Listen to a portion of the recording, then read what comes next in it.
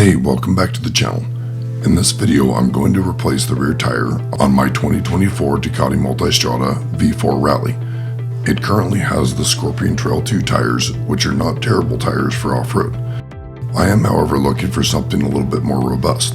We have an epic adventure coming up, and I have previously damaged a set of Scorpion Trail II tires beyond repair due to them being a softer tire. So in place of these, I'm going to install the Dunlop Trail Max Mission tires at the recommendation of the local motorcycle shop.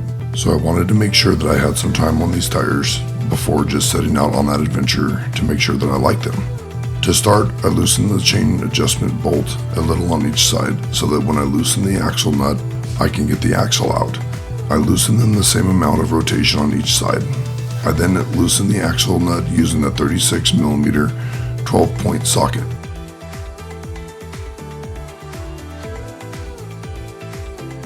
If you remove it all the way like I did, thread the nut back onto the axle a few threads. You then want to smack the nut with your hand to get the axle to break loose. Do not use anything hard to do this though.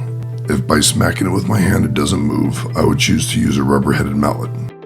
I then remove the nut and washer from the axle and set aside. I then pull the axle all the way out. I set the axle on a clean cloth for safekeeping and move on to removing the rear tire. By pushing the tire forward, it is easy to get the chain off the sprocket and then the tire to roll right out. I then remove the hub from the sprocket and inspect the 6 bushings. I am checking to make sure that there is no rust or cracking and that there is nothing abnormal. I then remove the spacer and inspect the seals. I then check the bearings to make sure that they are rotating smoothly and that they are not loose. I then move on to the removal of the old tire. I place 2 2x2 boards on the ground to keep the wheel and the brake disc away from the ground. I do not want to bend the disc or scratch the wheel. I then deflate the tire and use the Motion Pro bead breaker to break the seals between the tire and the wheel.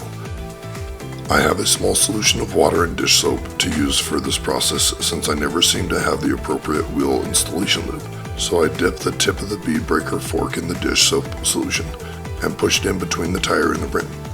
Once I have the fork in place, I take the other half of the tool and place it in the fork and then squeeze the bead breaker tool together and then push down. I then repeat in several spots around the rim until the bead is broken all around the rim.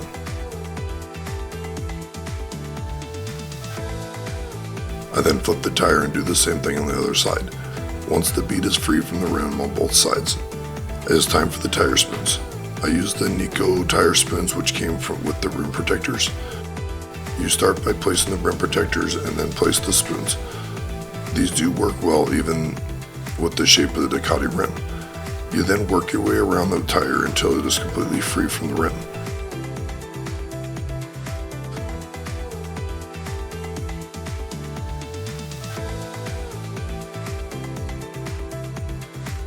Then the fun side.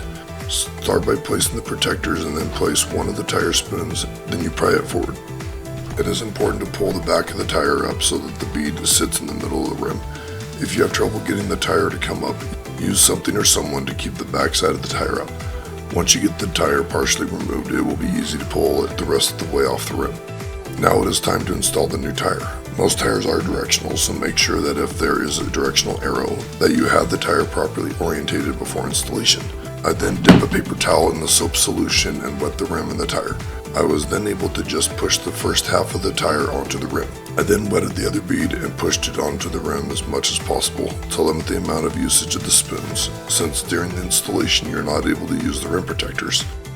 So carefully insert the spoons and tire irons and make your way around the rim. It is important to keep the bead on the back side of the rim in the middle, which is why I have my knee pushing down on the bead. This makes it easier to get the tire installed. I must say that the Mission tire is much more robust and was a pain to install, but it should be well worth the effort. After the tire is on, it's time to set the bead. I find it best to use an air compressor for this since any leaks between the bead and the rim will be difficult to overcome with a manual pump or an emergency compressor. Also, if you're having trouble getting the tire to inflate, make sure that the bead is contacting the rim completely. Now it is very important that I do not overpressurize the tire to set the bead. For the tire I'm installing, it indicates the max pressure to set the bead is 40 psi. After the tire is inflated, it's time to balance it. Now you will need adhesive wheel weights for the balancing process. When I was doing my research, there are many different size weights to choose from. I ended up getting the Motion Pro 1/4 ounce weights, which worked very well. You will then want to remove all old weights from your rim.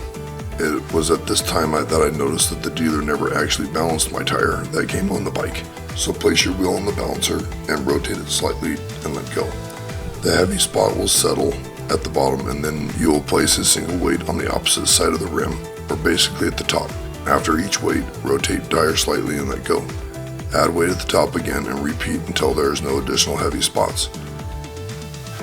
You then remove the tire from the balancer. Finally, install the wheel back on the bike and torque the wheel bolt to 44 foot-pounds. Now ride slow until the tires are broken because the new tires are slick. Thank you for watching. Make sure to subscribe and give the video a thumbs up to support the channel.